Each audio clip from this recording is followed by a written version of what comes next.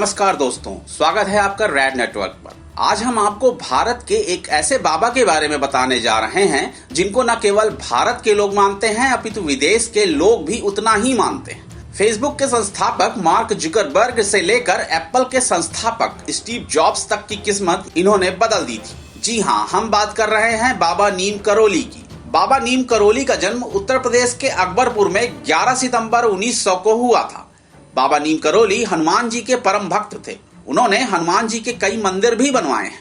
नैनीताल से करीब 17 किलोमीटर और भवाली से 9 किलोमीटर की दूरी पर बाबा नीम करोली का मंदिर कैची धाम स्थित है। मान्यता है कि जो भी भक्त कैची धाम आता है, बाबा नीम करोली उसके सारे कष्ट दूर कर देते हैं। 11 सितंबर 1973 को सुबह 1:15 पर बाबा नीम करोली ने अपने प्राण त्याग दिए थे। आइए बाबा नीम करोली के उन चमत्कारों के बारे में जानते हैं जो सुने और सुनाए जाते हैं।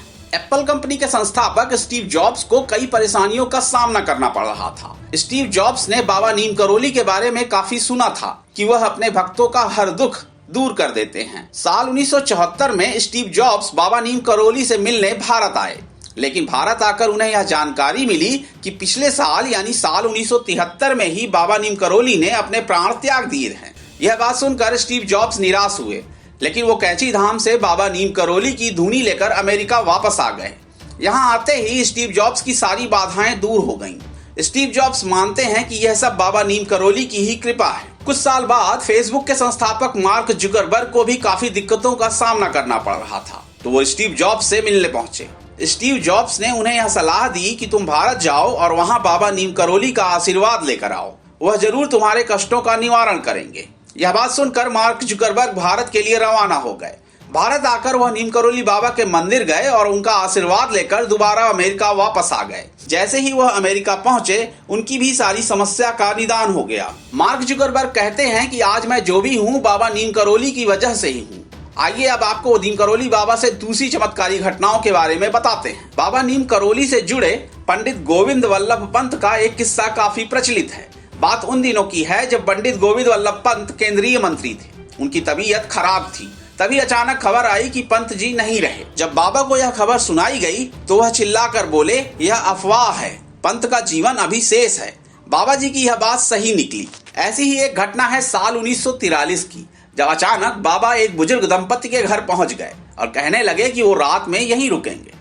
दोनों दंपति को बहुत खुशी हुई, लेकिन उन्हें इस बात का दुख था कि घर में बाबा की सेवा करने के लिए कुछ भी नहीं था। हालांकि जो भी था उन्होंने बाबा के सामने पेश किया। बाबा खाना खाकर चारपाई पर लेट गए और कंबल ओढ़कर सो गए। दोनों बुजुर्ग दंपति भी सो गए, लेकिन बाबा रात भर कंबल ओढ़कर कराहते रहे। ऐसे में उन्हें नींद कैसे आती? ऐसे में बुजुर्ग दंपति भी जगते रहे। वे वहीं चारपाई के पास रात भर बैठे रहे। वो सोचते रहे कि पता नहीं बाबा को क्या हो गया, जैसे उन्हें कोई मार रहा हो। जैसे तैसे कराहते कराहते सुबह हुई। सुबह जब बाबा उठे तो चादर को लपेटकर बुजुर्ग दंपति को देते हुए कहा कि इसे गंगा में प्रवाहित कर देना, इसे खोलकर देखना नहीं, अन्यथा फंस जाओगे। दोनों दंपति ने बाबा की आज्ञा का पालन किया।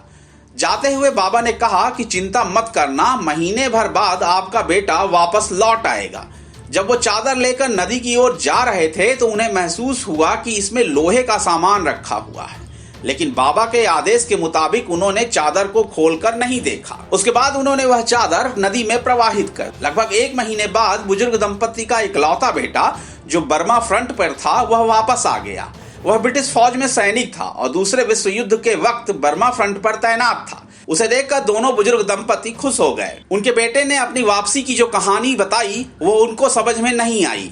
उसने बताया कि करीब महीने भर पहले एक दिन वह दुश्मन फौजों के साथ घिर गया था। रात भर गोलीबारी हुई, उसके सारे साथी मारे गए, लेकिन वह अकेला बच गया। उसने कहा कि वह कैसे बचा उसे पता नहीं। उस गोलीबारी में उसे एक भी गोली नहीं लगी थी। वह रात भर जापानी दुश्मनों के बीच जिंदा बचा रहा। भोर में जब ब्रिटिश टुकड़ी आई तो उसकी जान में जान आई। यह वही रात थी जिस रात नीम करोली बाबा बुजुर्ग दंपति के घर में रुके थे। ऐसे ही एक दफे जब बाबा नीम करोली ने कैची धाम में एक भंडारे का आयोजन किया था तो उस भंडारे में घी की कमी पड़ गई। बाबा जी के आदेश पर नीचे बहती नदी से कनस्तर भर के पानी लाया गया और उसे प्रसाद बनाने में उपयोग किया गया। लेकिन जब उसे प्रसाद बनाने में उपयोग किया गया तब वह पानी घी में बदल गया। ऐसी ही एक और घटना प्रचलित है जब बाबा ने अपने भक्त को धूप से बचाने के लिए बादल की छतरी बनाकर उसे उसकी मंजिल तक पहुंचाया था। ऐसी तमाम कहानियां नीम करोली बाबा की प्रसिद्ध हैं, जो आज भी लोग सुनते और सुनाते हैं और श्रद्धा से उनके सामने सिर झुकाते हैं।